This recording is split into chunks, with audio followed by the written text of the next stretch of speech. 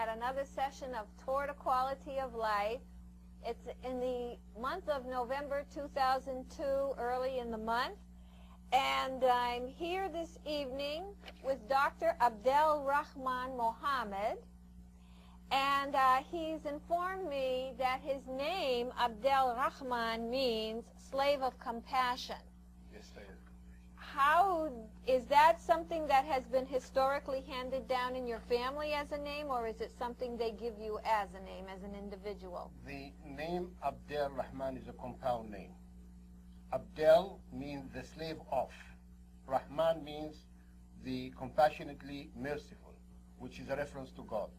So if you find Abdul Rahim, which means a slave of the merciful, Abdul Malik, which is a slave of the king, these are the names that are given to Muslim people, which actually refer to the names of Allah or God. Because Allah as a name is defined by the majestic prominence of God, and accordingly everybody is called the slave of. God has 99 names in Islam. So, in other words, like compassion could be one of God's names. One of the God's Mercy. Names. Mercy. What are some other names of God? King, majestic, omnipotent, just, peace. Justice, peace. Peace. Harmony, maybe. Harmony. Beauty. Beauty. Truth. Truth. Love. Yes. Okay. All right. I'll get back to this idea regarding the Muslim religion, regarding slave and submission. I'll get back from my point of view, because I'm a person of no religion. Okay. I will say at the outset, Dr. Abdel-Rahman is, you suppose by birth also, but is a practicing Muslim. Yes, and I am a practicing human being, nondescript, no religion, but I will say that I was brought up in the Catholic religion. I know an awful lot about theosophy and the religion itself and religions of the world, but I was not brought up in an extremely fervent household, although I did receive a Catholic education. So that's some of my background. But I'm going to begin with something you were just talking to me about. You were telling me when I started to talk about religion with you, and by the way, ladies and gentlemen, that's what we're going to try to talk about tonight, religion, from any point of view, not just religion as a feeling, religion as a motivation in people, religion as a need, or religion as a not need. When we were just talking, you brought up some of the history thought to be the beginning of history, really, I guess, the beginning of history in northern Africa, right?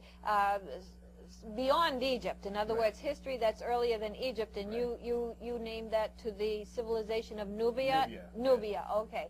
Which you were saying to me has not been studied or portrayed in any place, actually, even in Africa? No, in Africa, people know about the significance of Nubian history.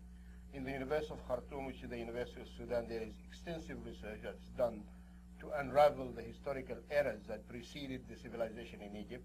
Even if you look at the civilization of the Neolithic age in Egypt, of Amara and Badarna civilization, you find that they are very weak imitation of the early Khartoum civilization, which is a Neolithic age, and the wavy line culture was a typical identification of the Khartoum civilization. Then after many historical phases, you find there is poor imitation in Egypt, which shows that this was actually a civilization that was migrated or was transferred later in history to Egypt. Did you refer to it as a poor imitation? Yes, because it came late in history, and the wavy line culture is a culture that depended on a type of pottery that was decorated with parallel lines. Dr. Mroczek asks about the place of Christ and Christianity in this history. Christ's Christianity, and Christ was in the area of Jerusalem, as it was said, and there were priests that they moved, and the main conversion happened because of the mission that was sent by Emperor Justinian and his wife, Empress Theodora, who were in control of the Eastern Roman Empire. And they sent missionaries to Nubia, and people accepted Christianity. And you find that even the paintings of Christ in the walls and the Mary are not your typical white representation. They are indigenous African features who, and even if you look at the history as revealed in the Quran of Mary and the inception of Jesus Christ, both in the, there is a very, by the way, the name of Jesus and Moses are mentioned in the Quran more than the Prophet Muhammad is mentioned. And there is 2 chapters devoted completely for Jesus Christ. One of them is called Mary, and the other one is called Al-Imran, or the family of Imran, where the Prophet Jesus originated from. And it gives description of the conception of Jesus in the womb of Mary by the mercy and the power of Allah, and how Mary fed on dates. And now there are so many significant findings related to these dates, because dates are common in Nubia. They are, I mean, but would Nubia have been still Nubian at that time, yes, or would it still would have, like 2,000 years ago, absolutely, with people identifying themselves? Absolutely. But is it still Nubia now? Still, until now, people maintain their own language, their own cultural heritage.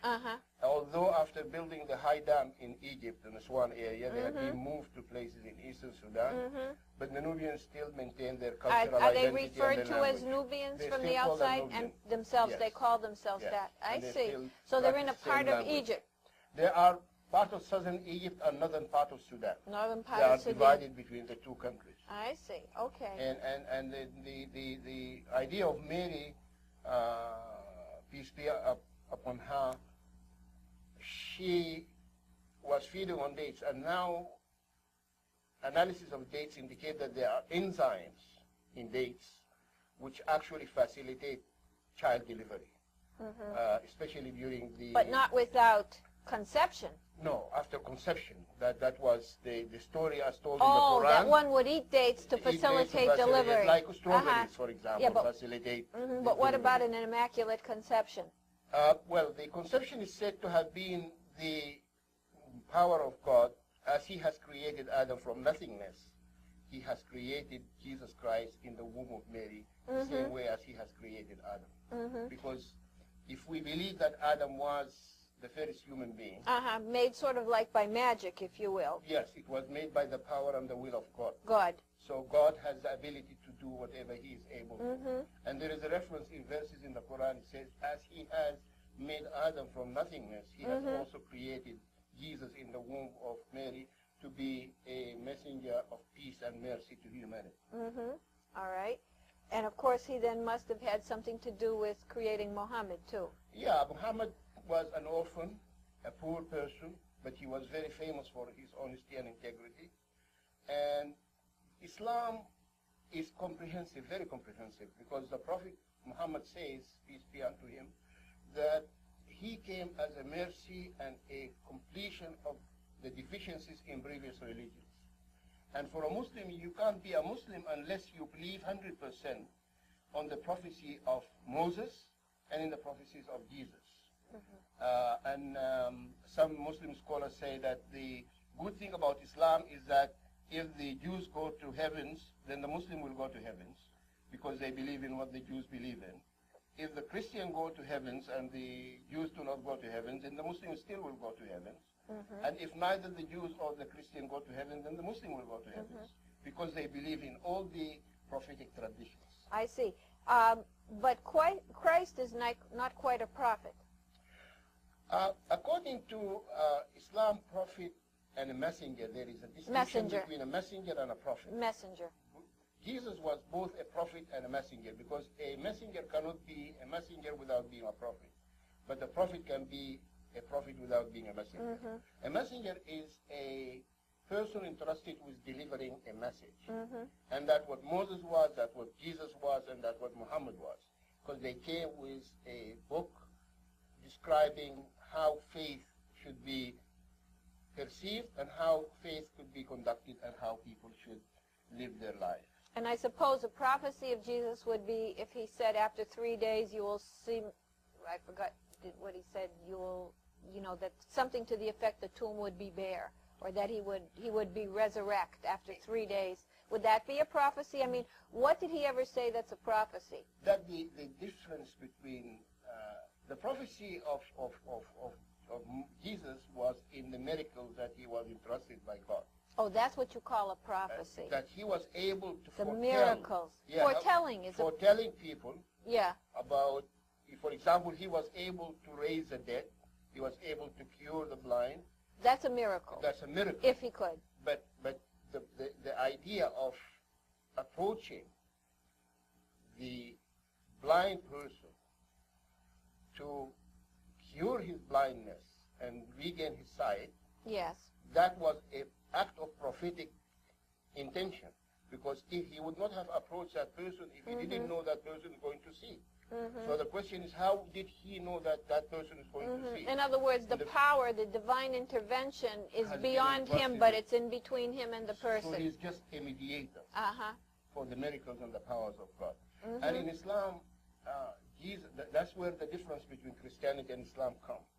That Jesus was never killed and Jesus was never crucified. In the Quran, it says that he was the Spirit of God. He was not God. Because God does not have a child and he cannot marry and cannot have conceived a child. And so because God is incapable or it's impossible that God will marry, so Jesus could not be the Son of God.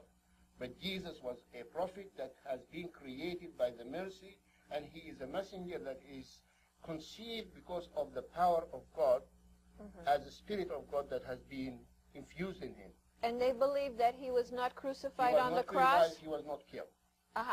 Isn't And there... that has been elevated by God to heaven. Isn't there archaeological evidence that he was, or historical? No, actually ancient scrolls that found in the Coptic churches of Egypt, in the eastern desert of Egypt, which has been kept quiet by the Christian establishment, indicate that Jesus was actually a human being, that Jesus was not God, and there is a monolithic belief that Jesus was just the son of Mary, and that he was not killed and he was not crucified. But aren't there evidences that he was? No, there are no evidences. Like some, traditions of writings handed down? Yeah, there are traditions, and that's where the Quran varies from the Torah and from the Bible, from the Old Testament and the New Testament.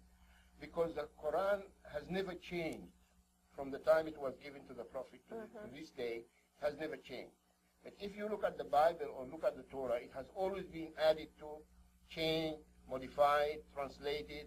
If you look at King George or King James or Bible, you find that there is a difference between them and other Yeah, Bibles. but that's if you talk Christianity. If you talk Catholicism, you have a pretty firm tradition.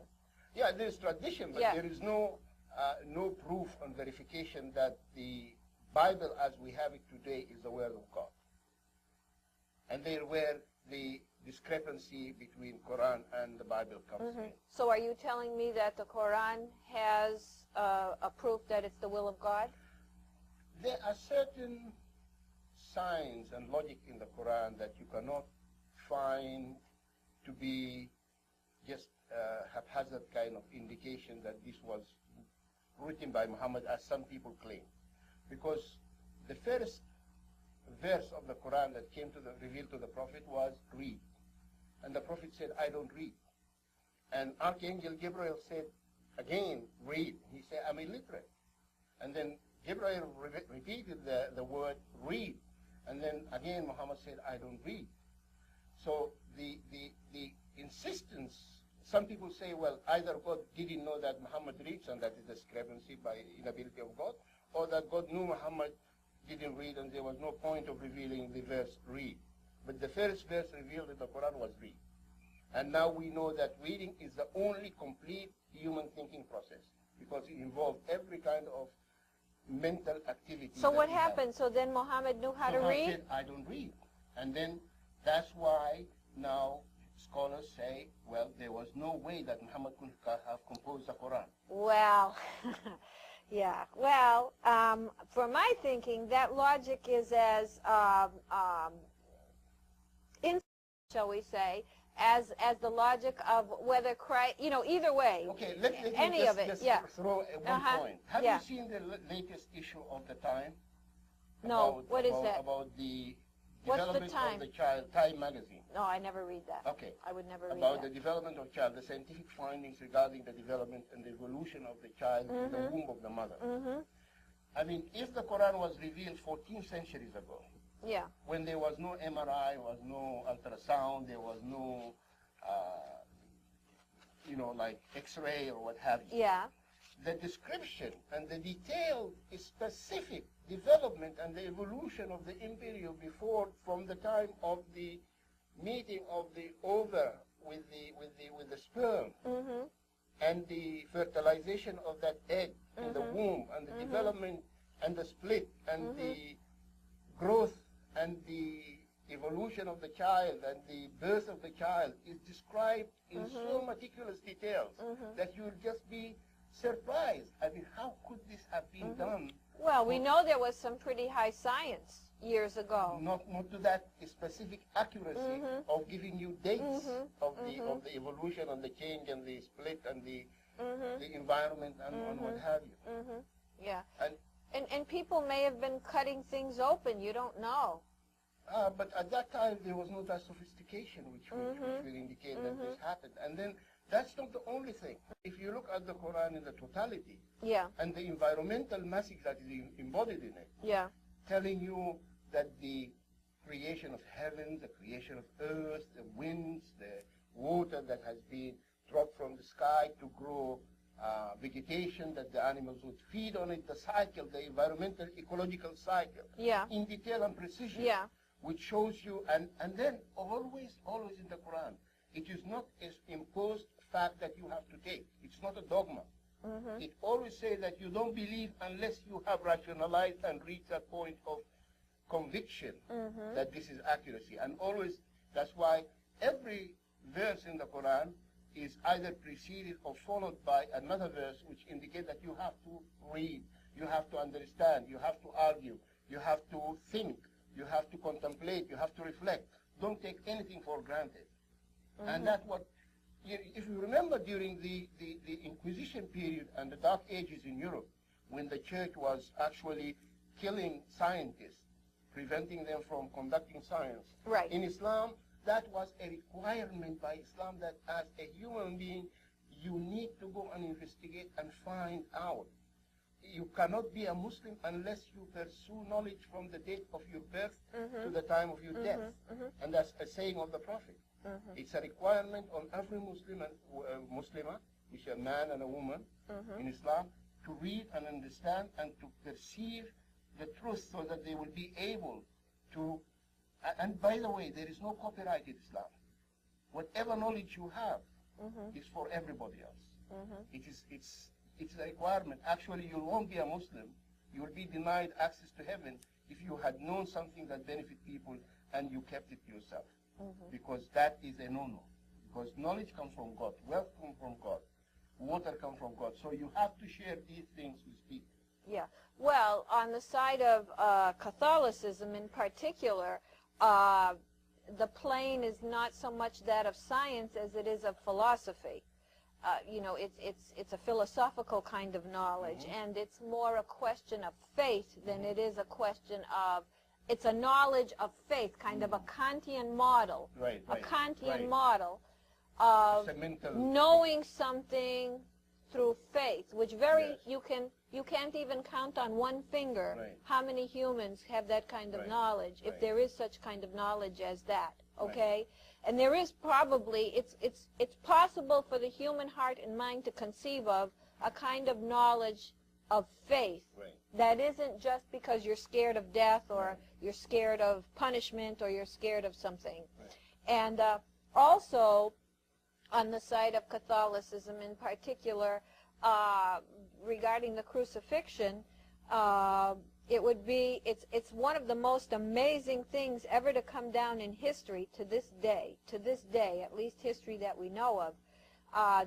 The statement of, Father, forgive them, for they know not what they do. Now, under what circumstances that was said, presumably as Christ died on the cross, supposedly, but the idea of this coming out at all of humanity as a model, completely ignored, I must say, over the years, by and large, as part of human behavior.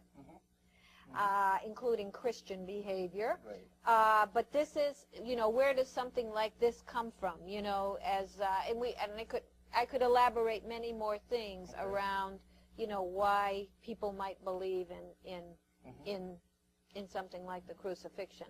You know, to me, as many things easily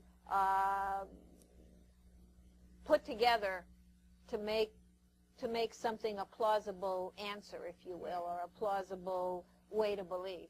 Well, in Islam, the argument is, if we agree that God is eternal and God is one, how can God be God at the same time that he is Jesus Christ on earth? How can God be killed? That, I mean, if you agree that Jesus was killed and Jesus was God, then according to the Islamic faith, I'm just saying the inclusion within the Quran, within the text, how can a God be killed? How can God allow himself, being the omnipotent, omnipresent, in control and in charge, even for a flash of a second, to be eliminated from existence? Because once his continuity is interrupted, then he's no longer the one in charge. Well, continuity in a mortal sense, in a corporal sense, you know, that's, you know, there are many kinds of continuity. Just because you live and die doesn't mean you don't continue. And I'm not saying I believe that or don't believe that. Right. But also, at least in Catholicism, Jesus is not God. Right. I'm ending up here talking for Catholicism, Okay. but Jesus is not God. He's godly. He's more God-like than most people. Right. He's at a higher order of consciousness, if you will. And that's where the agreement And therefore between a Quran and teacher. Christianity. And therefore a Yes, teacher. absolutely. You know. So he's not really God. Jesus is not God. What about the idea that humans are God? That God is in every human? No, actually, in the Quran, and this is Not God as something great. No, you know what I mean? I know. God is something good. In the Quran, God says that to the angels, I'm going to create my viceroy on earth. And then the angels say, how come? How come you create an imperfect person who kills and shed blood and create injustice? Then God says, I know what you don't know. That's why I'm creating him to inhabit the land of earth and to become my viceroy on earth. And then God says that he has given the interest or the trust for mountains, offer the capability of making judgment to mountains, to oceans, to seas, to rivers, to earth, and they refuse to take that responsibility. And the human beings say, I am going to take that responsibility. And that's why the human being in Islam is considered to be a rational person, individually responsible for his or her acts. That you are capable of making a rational judgment and reaching a conclusion that will enable you to make a sound judgment, or you may not make a sound judgment. It depends on where your position is. And accordingly, you are responsible for whatever act you are going to do. Because once you have the ability of the moral judgment, for example, an animal can kill a prey to eat. It doesn't care whether that prey has a child or whether it is a son or a daughter of another animal. But for a human being, that moment of moral judgment is what makes the distinction between a human being and an animal. That's what elevates a human being to a status of the ability of making a rational judgment inspired by God.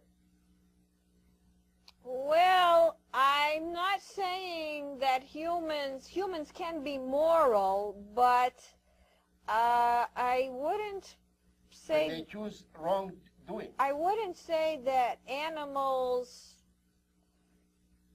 aren't moral in the sense that, for example, a cat will wake its masters and risk its life to save them in a fire. This has been documented. Not every cat.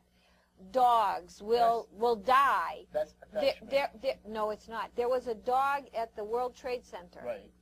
They showed on TV. Right. Oh, he was so exhausted. He had probably had heart trouble. Who had to go down in all that dust and cut his paws and, you know, breathe all that to find bodies. He found dozens of bodies. Right. And the poor dog was finished, you know, but still alive. Right. And that dog isn't just doing to get a bone. That dog, if you really observe him, if you follow what Muhammad as the messenger says, for the rational mind to take a very scientific look, you will see that that dog is a slave of compassion. But that's specifically what the Quran says. It say other creatures, other animals, other birds are to learn from them.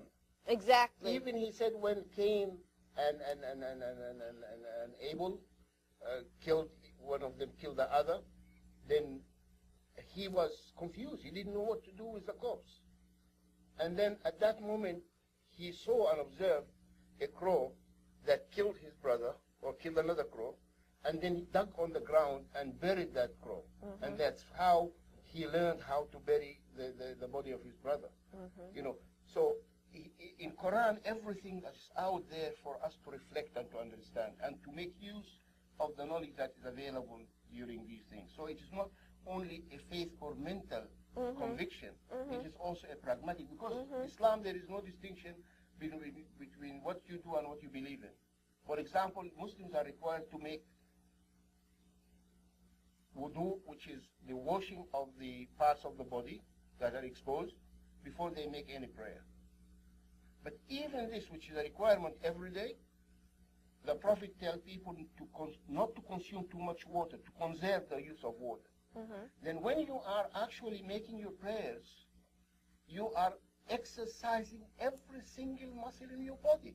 So if you are supposed to do this every day, 5 times, and each 5 times you have 2 and 4 and 4, that's 10, that then you have 13, then you have 17, like 20 rak'ahs, which would require that you stand up, you read verses from the Quran, then you bow, then you get up, then you go back, kneel on the floor, you face down on the ground, and then you get up like a push-up.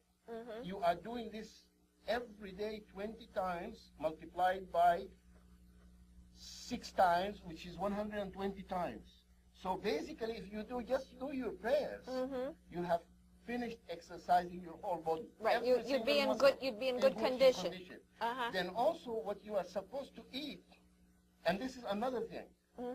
How would people have known, or the Prophet have known, that, you know, olives or olive oil or grapes or figs or specific fruits and vegetables are mentioned in the Quran, which now have been proven beyond any kind of doubt to have high impact on the health and nutrition and the cleanliness of the body.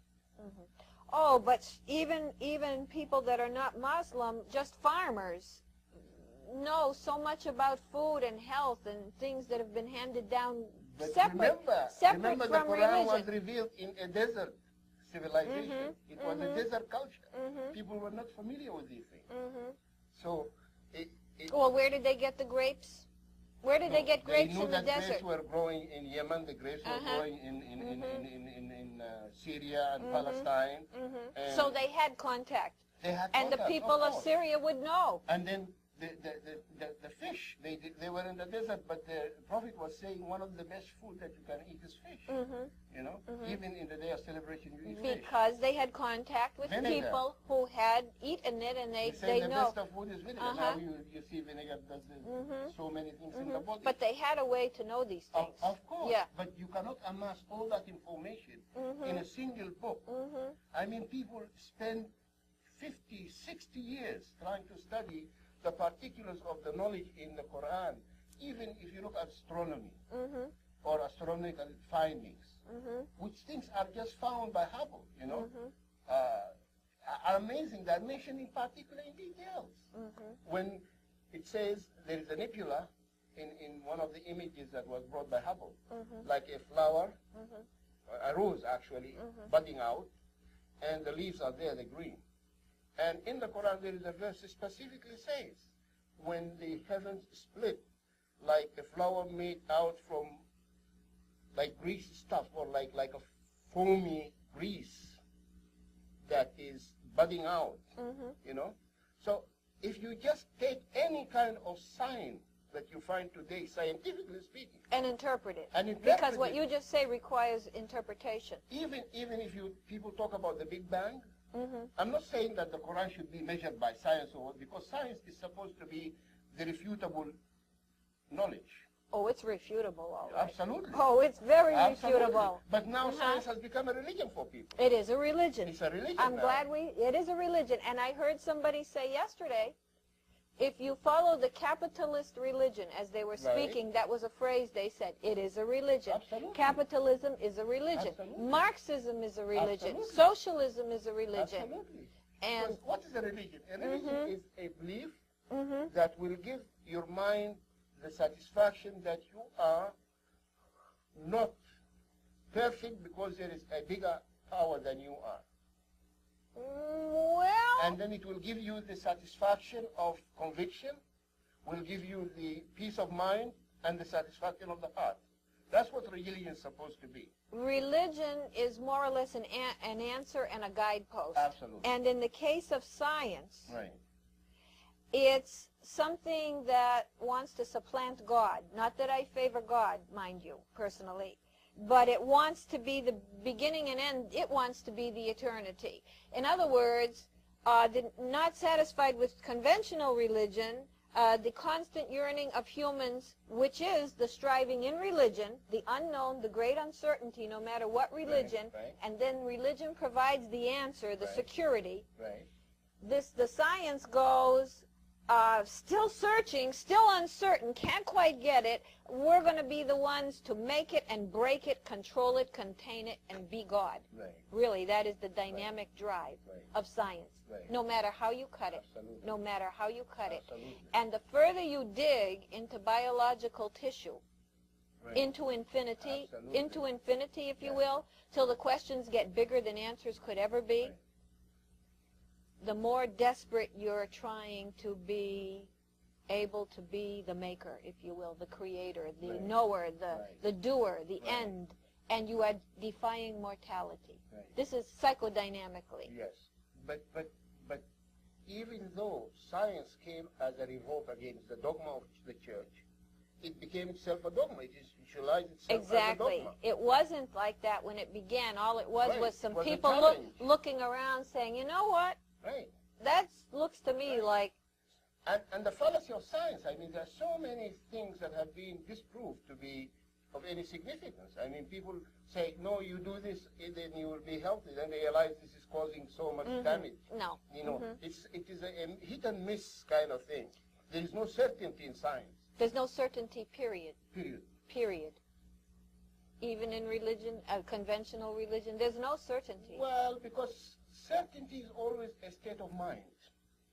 If you have faith. Yes, if you have faith, absolutely. If you have If you faith. have faith. Yes. And I dare anyone to really have faith. I really I do. have faith, you Rare know. is the person who really has faith. That's- Not that's- that I care. That's yeah. that's what, you know, that's the beauty of the Islam. It says, although you aspire to have absolute faith and to have absolute conviction, you are still human beings who have their failings. And until and unless you are capable and able of making the distinction between fallacy and truth, then you won't be a real believer. And what if you just make a distinction between fallacy and truth, and you don't have But you have to and you follow don't have a religion, but you just make it? You try to follow a truthful way. Period. How do you follow it? From where? Not somebody say so, not a tradition, not a law, From not where? a rule, not a washing, not a prayer. But when you see people, you try to be as kind as you can. You try to be deferential. You try to not hate. You try Why? to Why be, do you need to be differential? Why do you need not to hate? How do you know that this is good? how do you know that? The same way you would know it if you found it out in religion. Whether you found it out in religion or not. You don't know if it is. You know why? Yeah. Because it could be a cruel joke. Absolutely. It could be a joke. And you could do all that for nothing. But you know what? You could choose to do it anyway.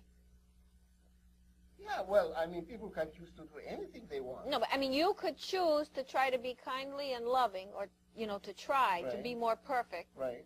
Just because you choose to. Yeah, but why would you do that? Because you are a product of a societal reality. Here you're talking about morality and moral judgment. Where does morality come from? You could just, you know, want to aspire to this because you say, you notice that, you know, crying is an unpleasant state, poverty is an unpleasant state. You notice that as an animal. Let me as an animal. A very simple thing regarding morality. It is immoral, unacceptable by any kind of measure to kill innocent people. Right? To kill. To kill innocent people. To kill. To kill, for us. To kill. For How us, about to kill guilty people? I think it's unacceptable to kill guilty people. If you kill one human being, as if you have killed all of humanity. Exactly. If you save one human life, then as if you have saved the whole of humanity.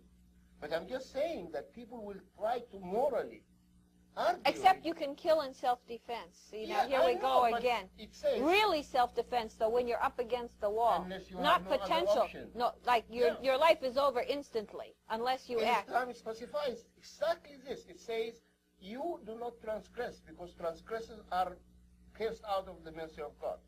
You can't kill unless somebody is about to kill you. Exactly. And you have no other option. But if they cease and refrain, yeah, exactly. You don't have to transgress. Really? Yeah. I mean, it's very amazing now when you see people will say, this is a collateral damage. We were not intending to target these people, but innocent people were killed. This is a collateral damage, and it's accepted. That's not morally acceptable. It's not. How morally acceptable it is to decide you're going to just go bomb stuff. Absolutely. And just go bomb it. You decide you've got to go bomb stuff. That means you know, going to kill and people. Incinerate. How about what you were talking about before, nature? The Yes. mountains of Afghanistan. That I'm just going to go blow up the mountains. That's where the moral aspect comes into play. Whether you are talking about Christianity or Islam or Judaism, there is sanctity to human life.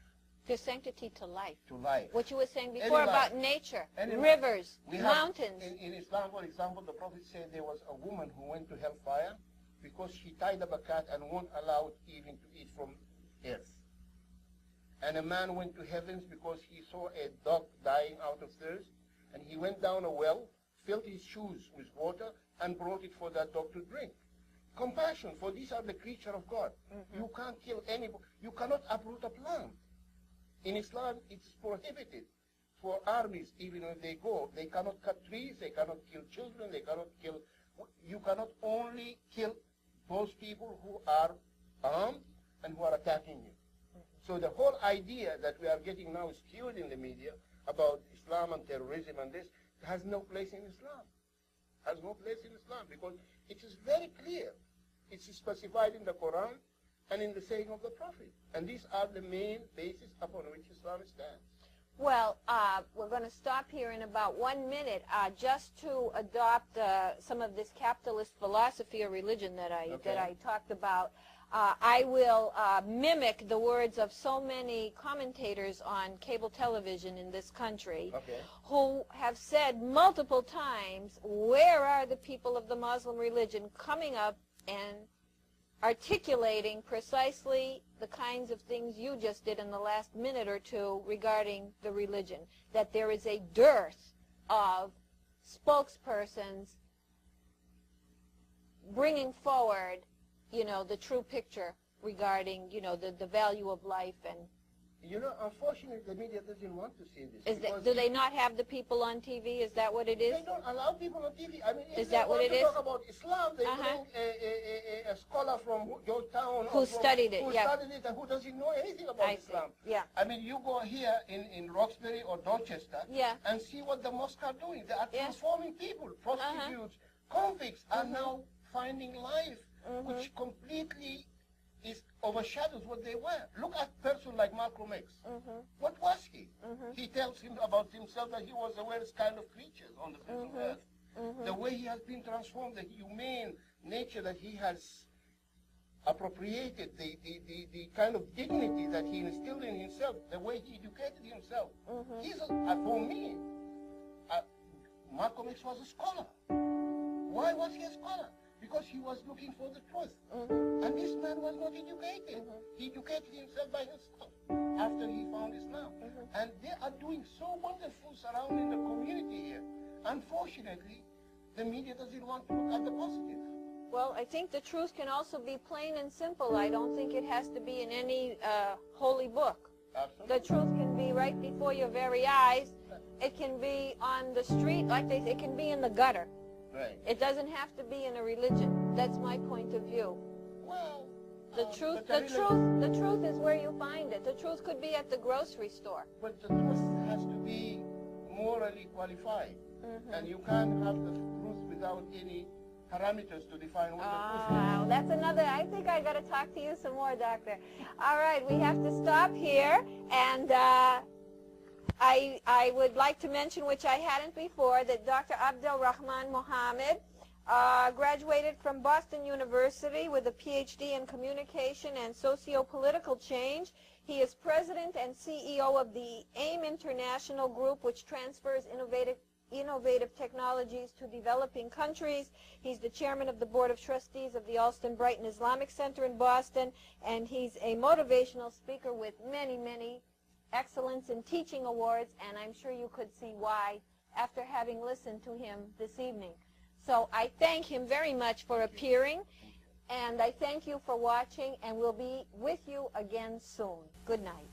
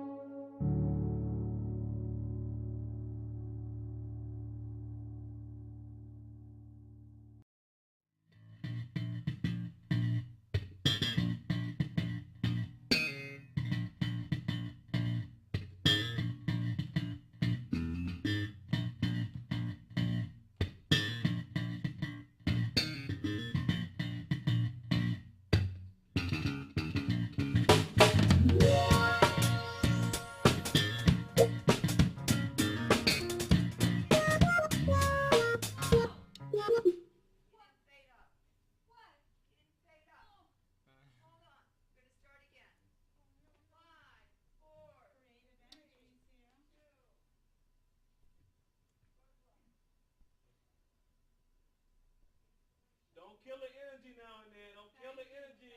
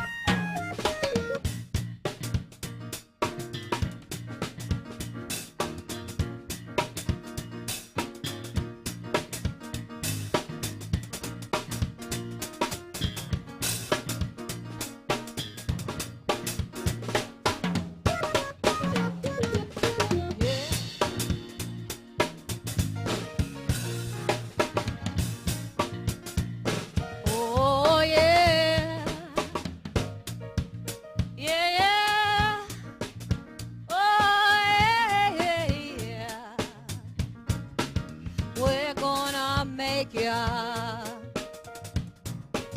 We're gonna make ya.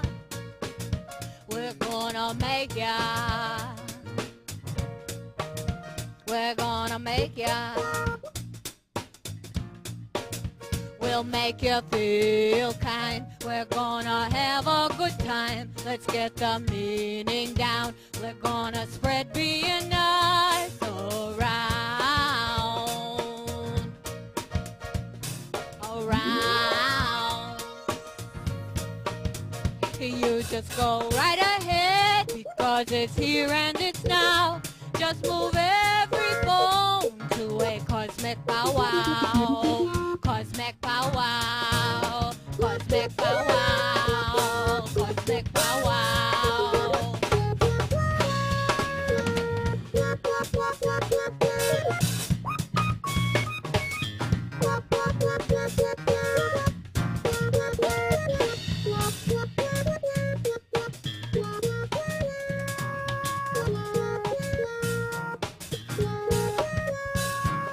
Something will change with your life rearranged to kindness and shame for the suffering and pain.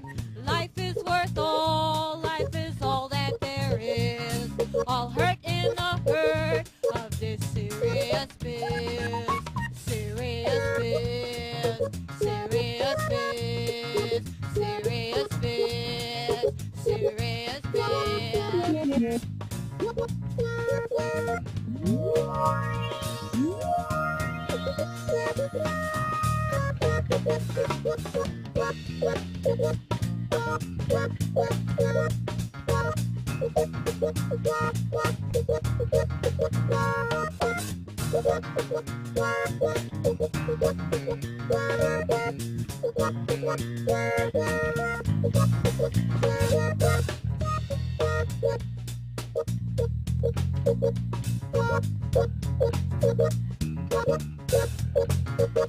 You got to get up on the phone. Get up, get up. You got to get up on the phone. Get up, get up. Join your hands together. Get up, get up. Black and white, red and blue, yellow too. Take it to yourself. Be good at what you do. Fear is the killer. What do you fear? Fear is the killer. What do you fear?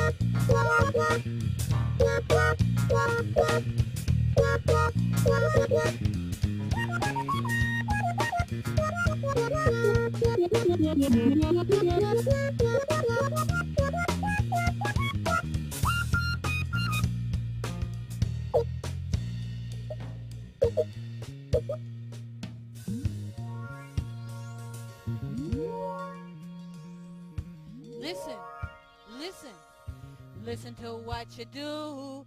Lay down the funk, bring up the punk, bring out the best in you. Act civil, cultured, caring, kind, and calm. Make way for those who threaten or oppose. Let people feel their ground. I said now cosmic powwow, cosmic powwow, cosmic powwow, cosmic powwow. It hurts when people hurt you. Try not to hurt them back. We're trying to rid the world we own of preemptory attack. No matter what you think, what fantasies you unfold, life bears no resemblance to stories of old. Stories of old. Stories of old. Stories of old.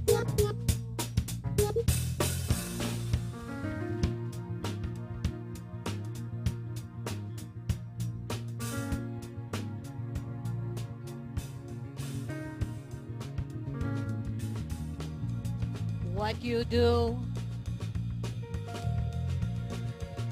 What is happening to you is not as pretty as the make-believe ideas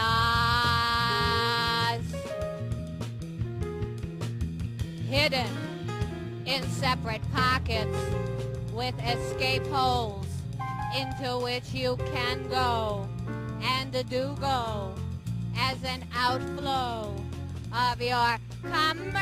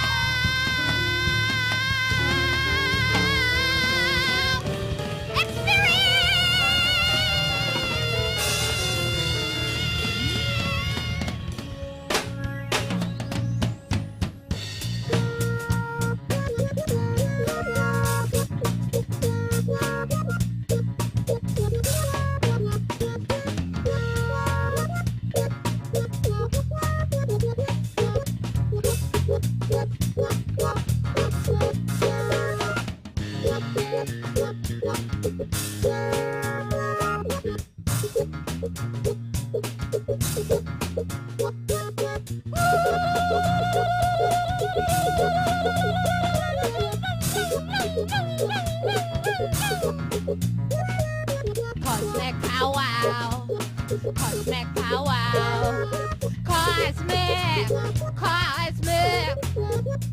powwow, powwow. One more time will make you feel kind. We're gonna have a good time. Get the meaning down. Spread being nice around.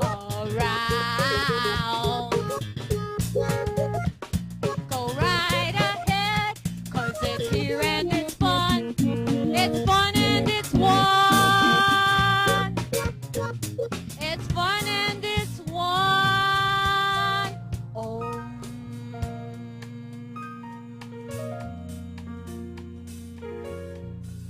It's fun and it's one. It's us, cosmic powwow.